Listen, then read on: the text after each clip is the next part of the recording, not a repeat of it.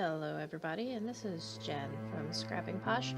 I am here with my 221B Baker Street tutorial, and I am now showing you these cut files for the front and back of the building and the Graphic 45 Master Detective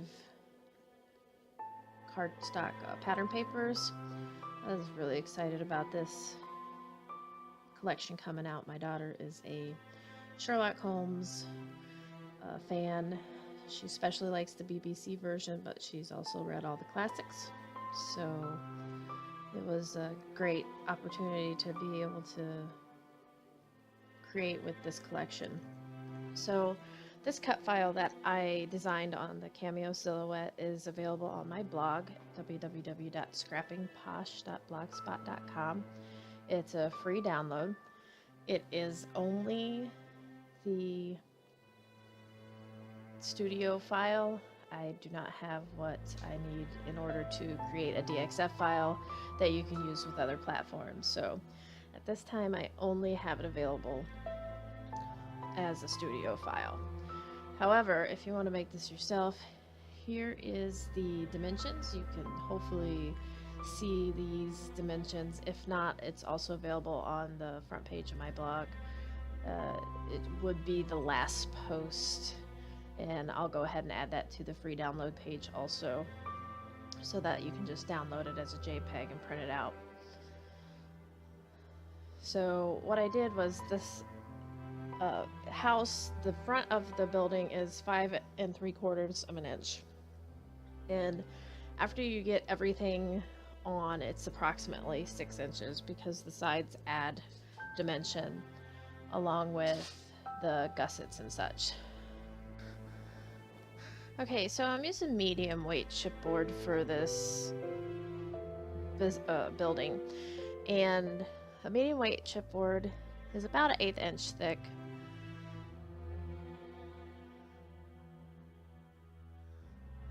Sixteenth to an 1/8 inch thick.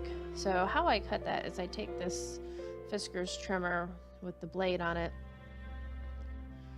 and I measure. I cut one side, I measure again, I flip it over and cut the other side. And as long as you make those cuts in the same spot, all you have to do is bend it and it snaps apart. I'm just double checking my measurements here to make sure that I get them correctly or correct. And you can see it's just a little shy of 6 inches.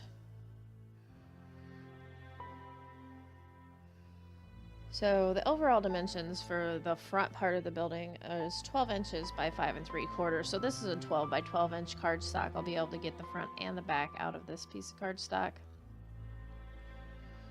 And after I cut both sides, what I do is usually sand them with a fine sanding block.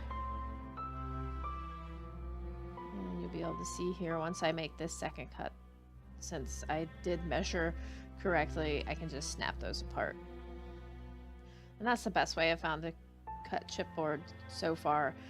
I'm going to invest in a chipboard cutter, but I just not right now. So I'm gonna go ahead and take this approximately 1/4 inch sliver off of this and do the same thing. Turn it over,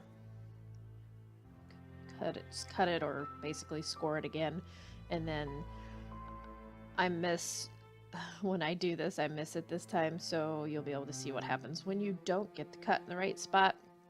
Basically, I end up pulling it off and then sanding it. So no harm done. Just missed a little bit.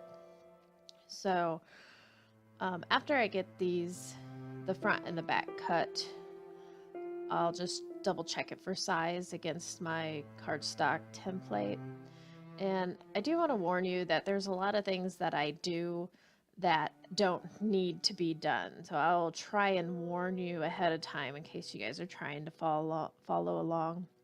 There's parts of this video that are sped up just for the sake of you guys not having to sit and watch it.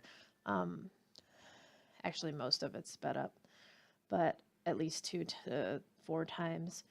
It took me about I want to say 2 weeks to complete just the building. And that's obviously not working on it constantly. And having the silhouette cuts did help a lot. But you don't have to stick to the dimensions that I had. As long as you stick to the basic proportions of it, you can really make this however you want. If you have dies that you want to use, that would be ideal. You just kind of place them in the right spots and you should still be able to get something that's similar to this building. And the 3 stories, there's some pictures that have, or actually it's 4 stories because there's 3 windows and then the door. There's actually some pictures that only have 3 stories, so that top little section isn't even necessary. So what I'm doing here is I'm tracing all the windows, and what I'm thinking to myself is that I'm going to cut them out. And I realized that I do want to cut the door and the big section next to the door out because those are for, well, the big section's for the sub shop and the little section is for the door. And I do want those to be cut out because I want to be able to have something different behind them. Now, the rest of that you don't have to do. That was something that I did that after I did it, I thought, well, that was completely and totally worthless. So just note to self, that's one of those things that you don't have to do. Now I'm just taking my ruler and my X-Acto knife and I'm going to cut out the window and the door, or it is a window, it's the sub shop door and windows. And this takes a while to get through that chipboard. What I did previous to that is the edges to all the chipboard that are exposed, I went over with a black permanent marker to make them black. If I had black chipboard, which next time I'm going to purchase black chipboard, I would not have had to do that. So you'll see me fine-tuning this door a lot because it does need to be the correct dimensions, because you will see that, and there's actually 2 windows and a door that goes in there. I'm just double checking my reference photo there. So now I'm determining that the building is half brick and half stone. The brick is obviously a red orange color and the stone is yellow color. So I pull out some pattern paper and determine, you know, what I want pattern versus the more solid pattern color.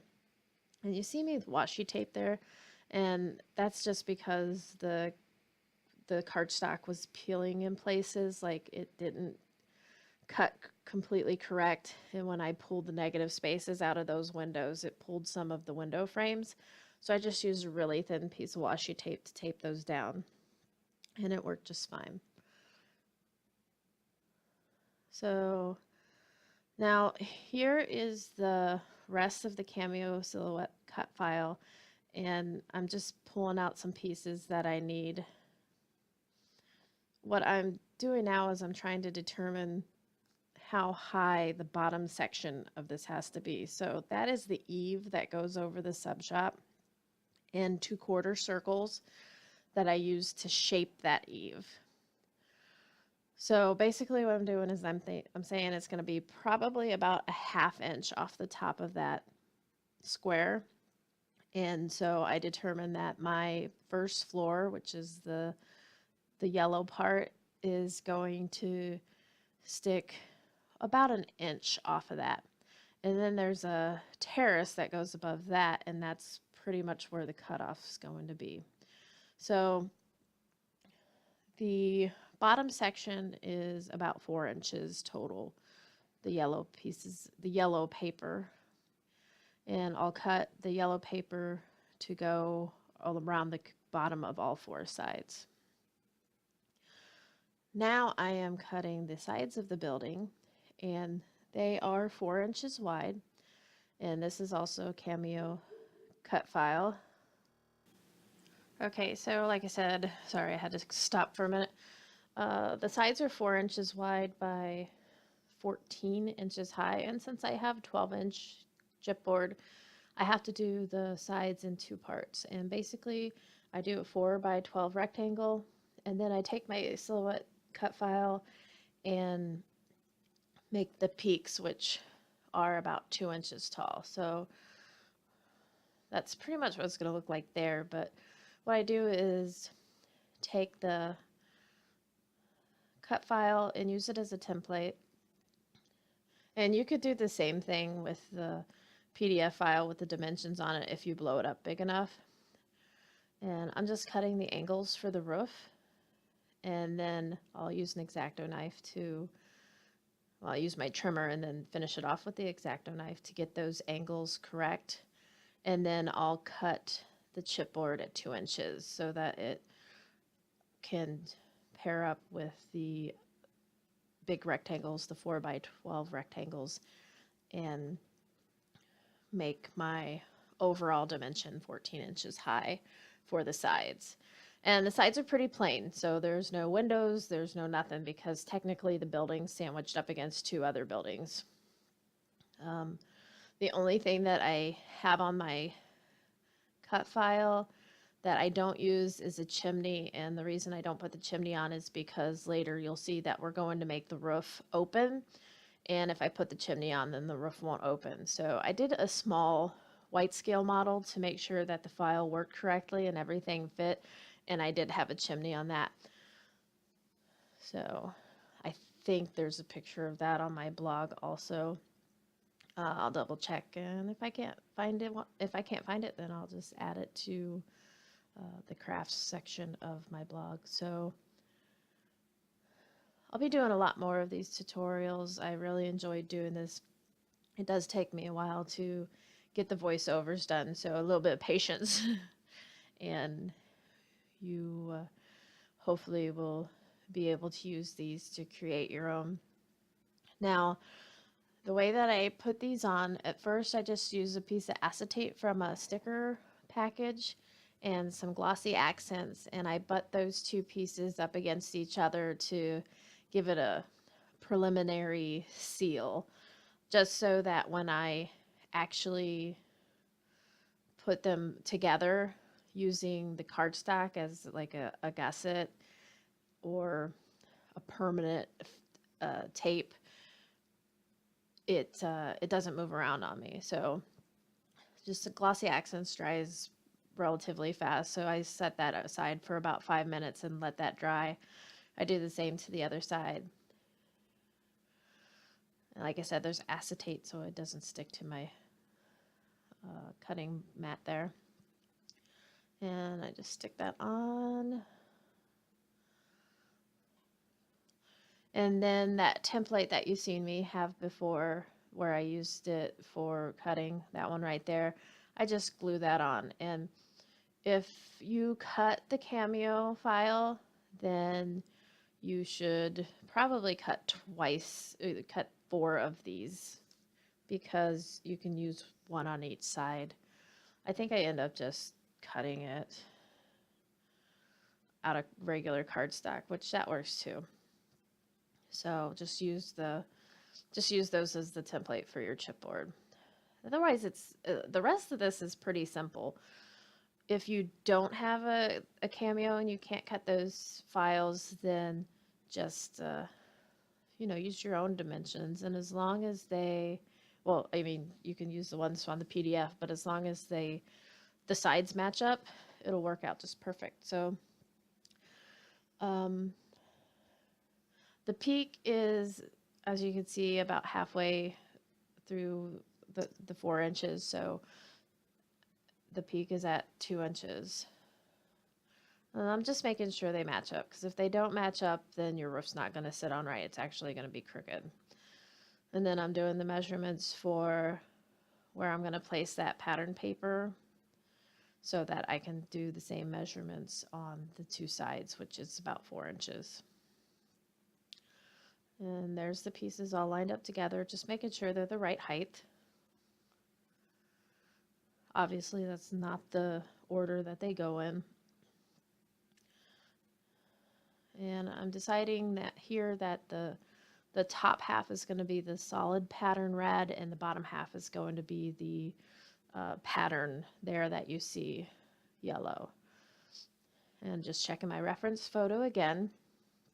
And I'm going to cut these up into 4-inch sections so that I can adhere them to the chipboard.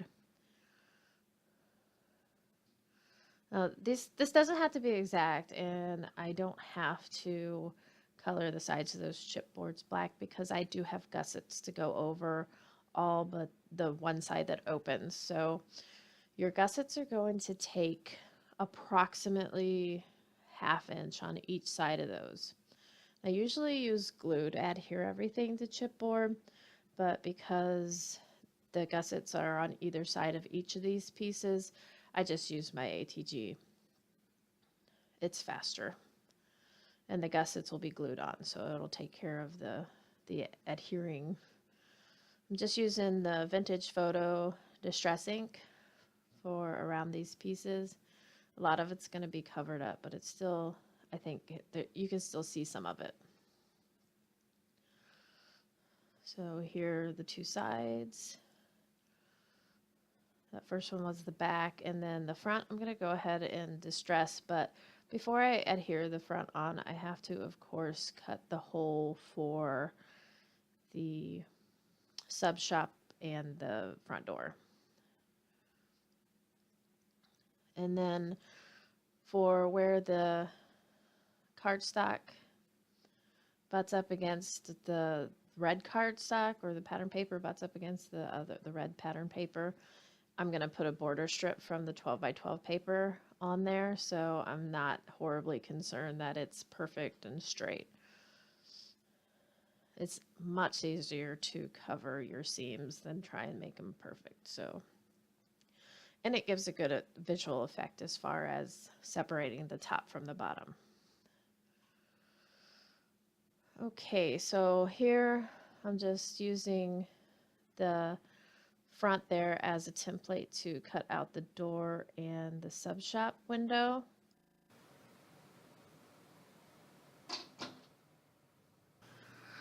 Okay, so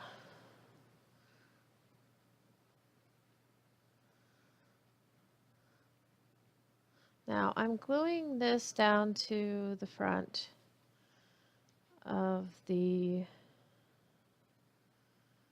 chipboard, and this is one of those steps that I would completely skip. Now, my thinking behind this is that I want those window bars to come through, which they do, but I really don't need them, because technically if I leave it the way that it is and let those bars shine through, the only thing you're going to see is chipboard behind it. So all said and done, I end up covering this up. So this is a part where I would definitely skip.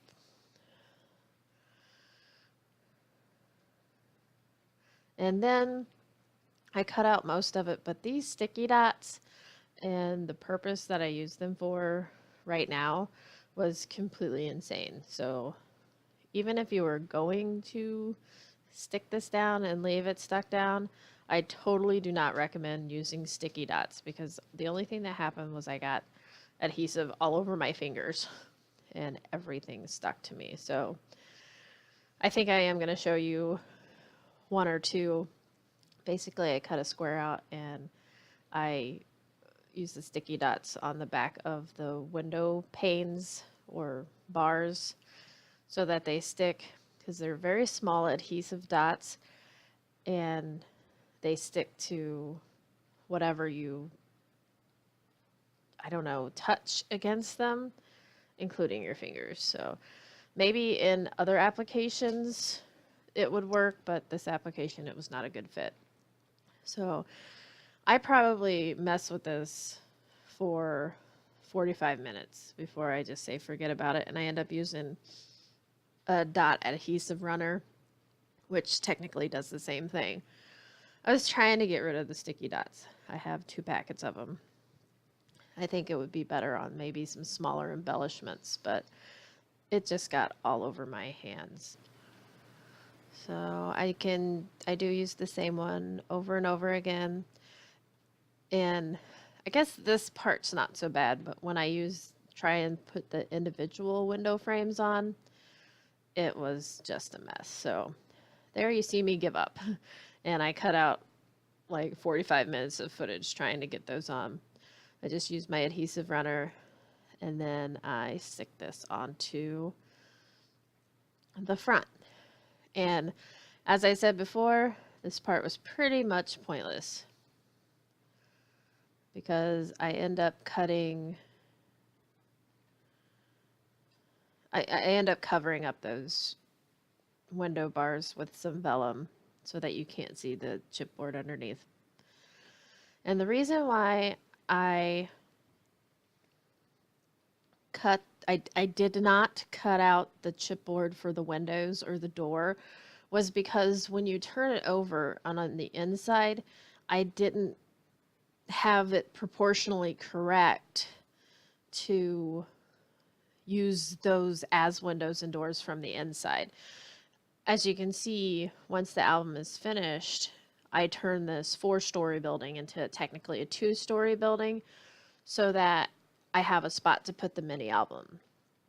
So if you wanted to do it a little different, maybe you didn't want to put a mini album in yours, or you can, if you just wanted to make a miniature out of chipboard, you could definitely cut through the windows and make those transparent and use the inside more proportionally. The papers didn't really allow for this size of a building to be proportional inside and out because the characters were just too big, even from the 8-inch pad, and then I cut some out from the ephemera pack too. But you'll see once we get to decorating the inside what I'm, kind of what I'm talking about. So I opted out of cutting through the windows. So I do put vellum in them so that they look like there are windows from the outside, and then there's technically no windows on the inside, which you'll see. And I wanted to be able to also put the fireplace in there, and I wouldn't have had anywhere to put the fireplace on the inside. So now I'm cutting out the sub shop. Sorry, I'm off camera there. I cut out the negative space there for the sub shop. And now I'm going to do the door. And the door doesn't go all the way through, but I do want the door to have a different background than the rest of it.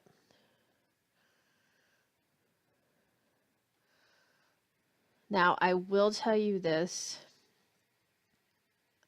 Before you glue down this piece onto the front, I would definitely put a gusset behind the door. And I would make it run the length of the door, because what I end up doing is putting the gusset on afterwards, and I end up having to use more layers of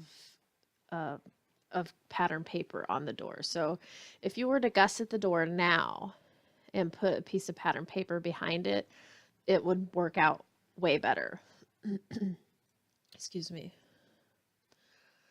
So yeah, basically you just take a piece of 1/2-inch black cardstock there, and you fold that in half, and you can use that as the door gusset, which you'll see the gusset later on, but I just recommend doing it here and tucking it behind that layer of cardstock. Now this is going to show that it has a frame around it, but for the most part I want this as cleaned up as possible. So I am taking my time trying to get this right. And that door itself is about 3/4 of an inch wide by 2 1/4, or I'm sorry, 2 1/4 inches high, and it is a fairly narrow door. And then the sub shop opening is about 2 1/2 wide by 2 3/4 tall.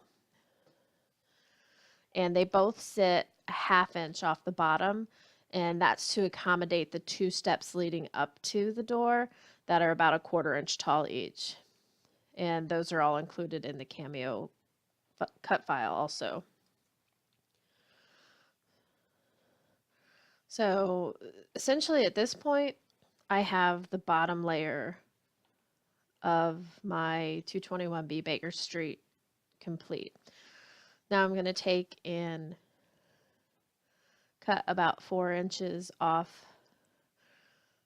Oh, I'm actually going to cut around these windows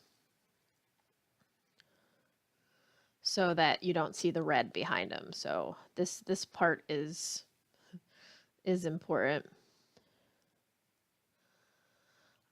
And for both for the front and back. And remember, the front and the back, the windows are in the same spot, so I can use the back one for the front and back template.